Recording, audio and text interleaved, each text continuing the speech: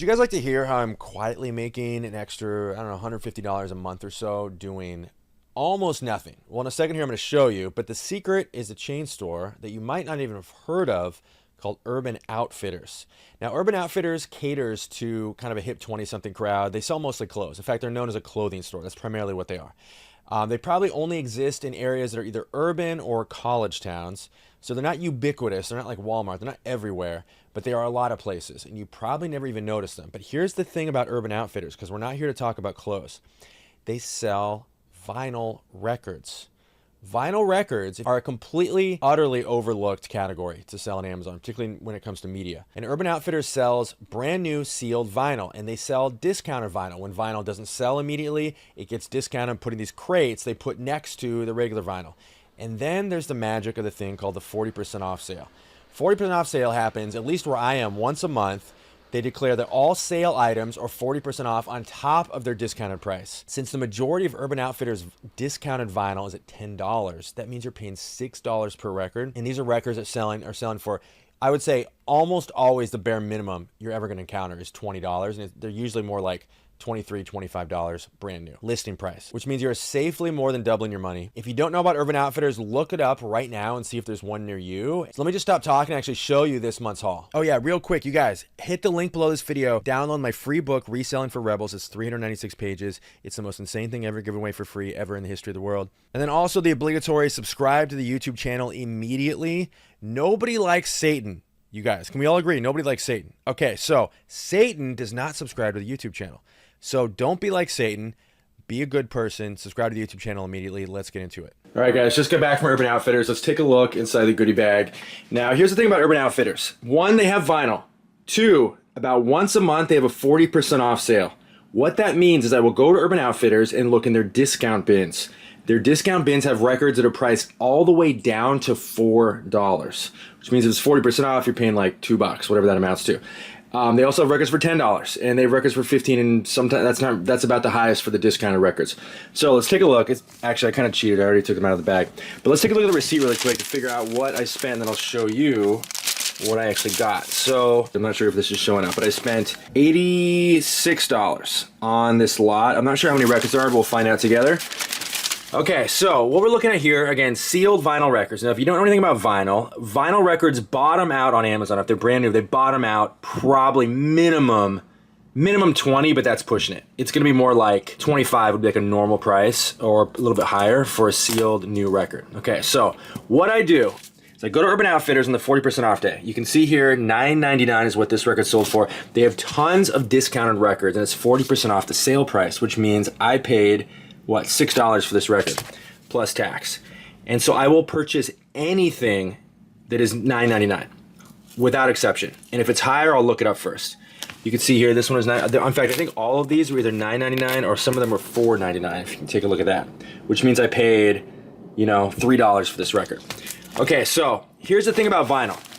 First of all, new records sell much better than used. It's different than books. With books, used sell better than new. With vinyl, new sells better than used for obvious reasons. People don't want to take chances on used vinyl because it could be scratched or whatever. So they like sealed vinyl. Okay, so number two thing to understand is that Urban Outfitters, if they're gonna stock it and dedicate precious retail floor space to a vinyl record, they already know it's a top selling record. Not necessarily top selling, but it is a decently selling record. So I don't need to look up demand. I don't need to worry about sales rank. Doesn't matter. I know these records are selling by nature of the fact they're at Urban Outfitters, even if they're in the discount bin. Okay, so I have zero concerns about these records not selling, and I have zero concerns about them selling for anything less than $20. That just simply would not happen. There's not a lot of new condition sealed records that end up on Amazon, so competition's minimal. Okay, so I don't even know what these bands are. I didn't look up a single one of these. I don't care if it's $10 or less. I will purchase it at 40% off. And it's impossible to lose money. I have, again, no concerns about these not selling. I don't know who these artists are. I don't care. I do know Olivia Newton-John, so that's kind of cool. Greatest Hits, double LP. What did I pay for this? I paid $3 for this record. Sealed. Again, this is a haul. Let's count them really quick. 1, 2, 3, 4, 5, 6, 9, 10.